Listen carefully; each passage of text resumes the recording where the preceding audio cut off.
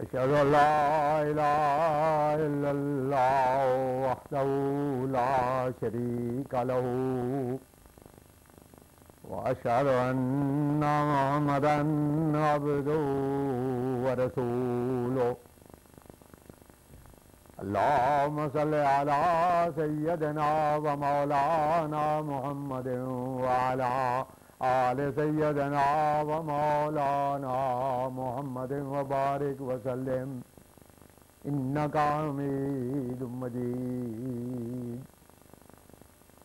زمانے کی امامت کو زمانے کا امام آیا، محمد کی غلامی میں محمد کا غلام آیا.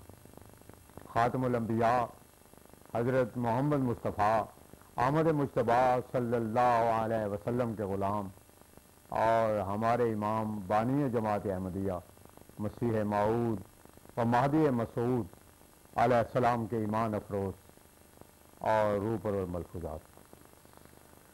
حضرت اقدس کی مبارک مجلس میں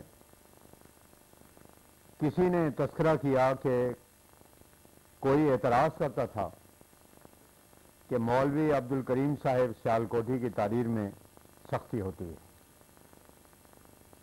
اس پر حضور علیہ السلام نے ارشاد فرمایا، ہر ایک امر کے لیے موقع ہوتا ہے.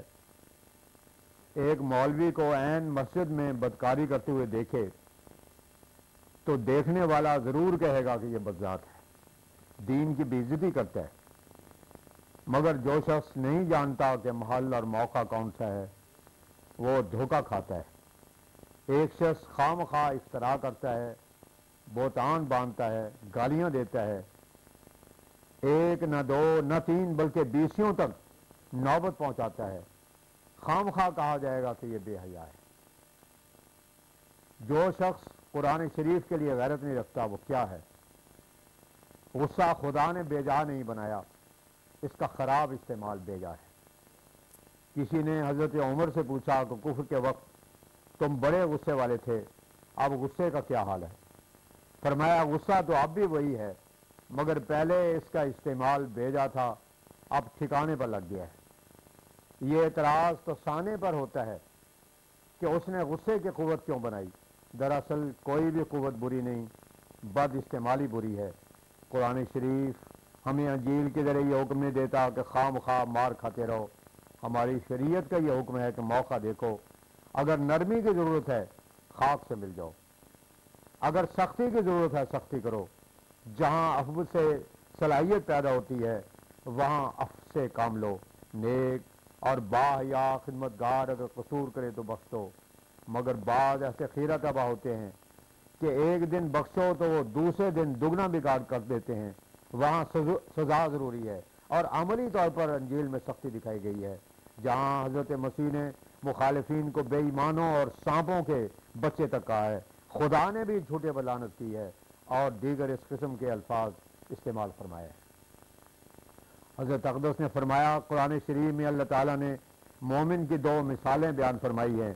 ایک مثال فرعون کی عورت سے ہے جو کہ اس قسم کے خامد سے خدا کی پناہ چاہتی ہے. یہ ان مومنوں کی مثال ہے جو نفسانی جذبات کے آگے گر جاتے ہیں اور غلطیاں کر بیٹھتے ہیں، پچھتاتے ہیں، توبہ کرتے ہیں، خدا سے پناہ مانگتے ہیں. ان کا نفس فرعون سے خامد کی طرح ان کو تنگ کرتا رہتا ہے. وہ لوگ نفس لوامہ رکھتے ہیں، بدی سے بچنے کے لیے ہر وقت کوشاں رہتے ہیں. دوسرے مومن وہ ہیں جو اس سے اعلیٰ درجہ رکھتے ہیں، وہ صرف بدیوں سے ہی نہیں بچتے بلکہ نیکیوں کو بھی حاصل کرتے ہیں. ان کی مثال اللہ تعالیٰ نے حضرت مریم سے دی ہے. احسنت فرجہا فنفخنا فیہ من روحنا، سورہ تحریم آیت 13. ہر ایک مومن جو تقوی و طہارت میں کمال پیدا کرے وہ بروزی طور پر مریم ہوتا ہے اور خدا اس میں اپنی روح پھونک دیتا ہے جو کہ ابن مریم بن جاتی ہے.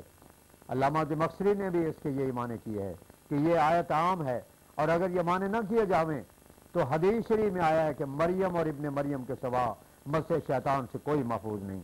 اس سے لازم آتا ہے کہ نعوذ باللہ تمام انبیاء پر شیطان کا دخل تھا.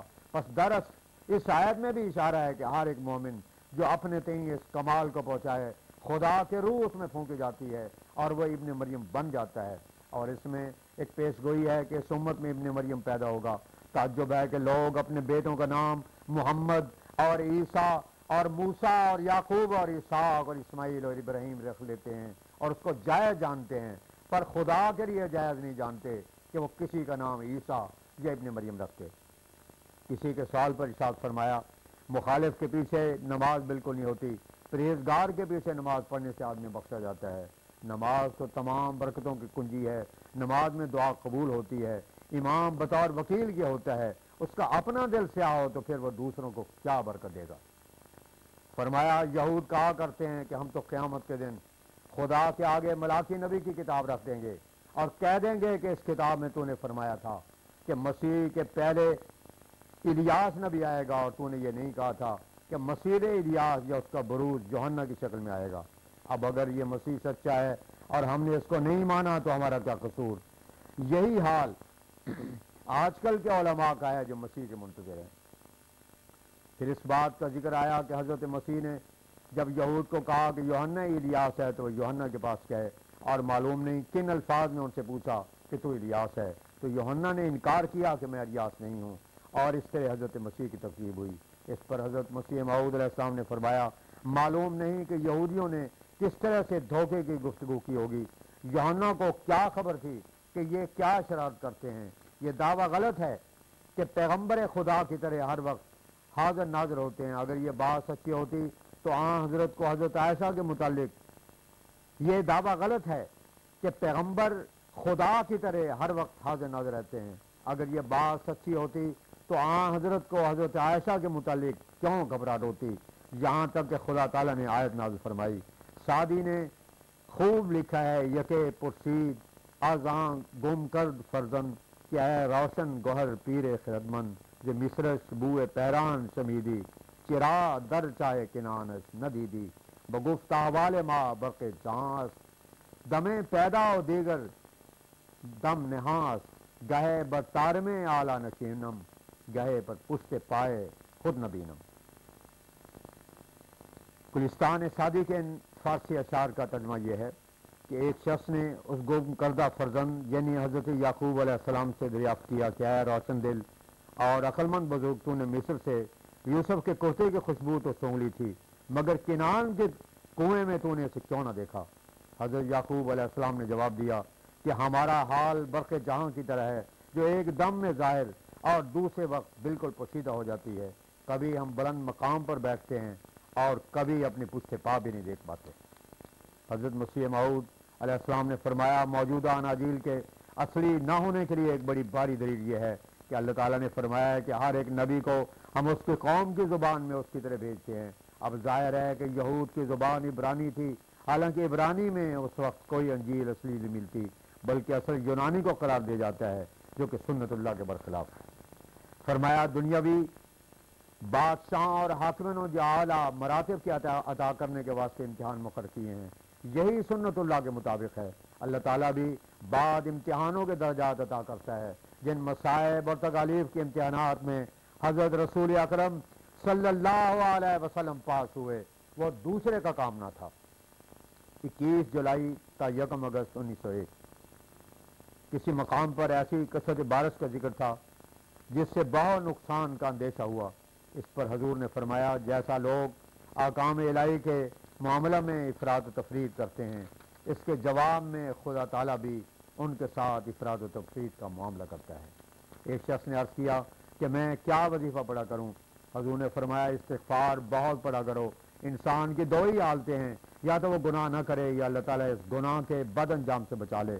تو استغفار پڑھنے کے وقت دونوں معنوں کا لحاظ رکھنا چاہیے، ایک تو یہ کہ اللہ تعالیٰ سے گزشتہ گناہوں کی پردہ پوشی چاہے، اور دوسرا یہ کہ خدا سے توفیق چاہے کہ آئندہ گناہوں سے بچائے۔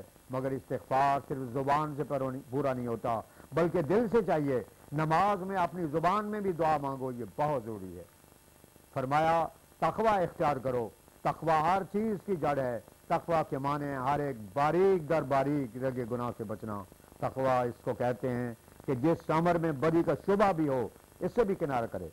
پھر فرمایا دل کی مثال ایک بڑی نہر کی سی ہے جس میں سے اور چھوٹی چھوٹی نہریں نکلتی ہیں جس کو سوا بھی کہتے ہیں یا راج باغ کہتے ہیں۔